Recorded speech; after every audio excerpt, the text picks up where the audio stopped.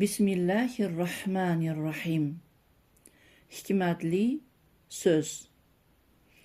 Odamlarga yaxshi so'zni gapiringlar. Va qulu linnasi husna. Yaxshi so'z siz uchun qabul ekanini ekadi. Atrofingizdagilarning qalbini eritadi. Qadru qimmatingizni oshiradi.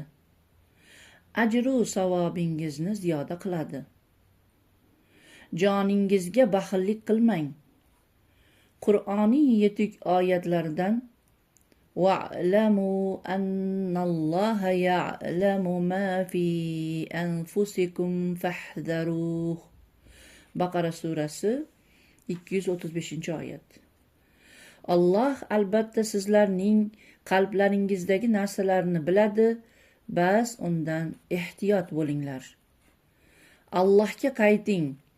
U zot tezda har bir ishni, hattoki qalbingizda boshqalar buzgan va siz buzgan narsalarni ham isloh qiladi. Ibnul Qoyyimning durlari. Ibnul Qoyyim aytadi, dinning har biri xulqdir. Kimning xulqi sizga muvofiq kelsa, demak dinda ham sizga muvofiq kelibdi. Sizni taniganlar hayotida siz eng chiroyli lavha bo'ling. Qimmatli nasihat. Hayotingizdagi har xil chorahalarda chiroyli bir alomatni qoldiringki, har qaysi makonlarda guliston bo'lib qolsin. Subh tarovati. Subh shamolidan nafas oling. Nafaslaringizni g'ayrat va Alloh taologa chiroyli gumonda bo'lish bilan to'ldiring. Nafaslaringizni g'ayrat va Alloh taologa chiroyli gumonda bo'lish bilan to'ldiring. Ishoning, keluvchi kun Allohning izni bilan chiroyli bo'ladi. Qanaqa qiyinchilik va musibatlar bo'lmasin, albatta qiyinchilik bilan osonchilik bor. Bu Robboniy va'da. Sizga Robbingiz bergan va'dasini shayton unuttirishiga yo'l qo'ymang, shoshilmang.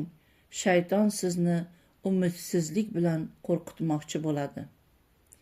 Keling, qalbingizdan noumidlik, yomon fikrlar g'uborini o'chiring. Keling, ishonch va Allohga yaxshi gumonda bo'lish tuyg'ulari bilan qalbingizni nafas oldiring. Keling, nafsingizga ayting, keluvchi kun Allohning izni bilan go'zal bo'ladi va baxtli bo'lasiz. Quloqlaringizga har bir noumidlik va xunuk so'zlarni ketkazadigan tovush Qur'onni tinglating.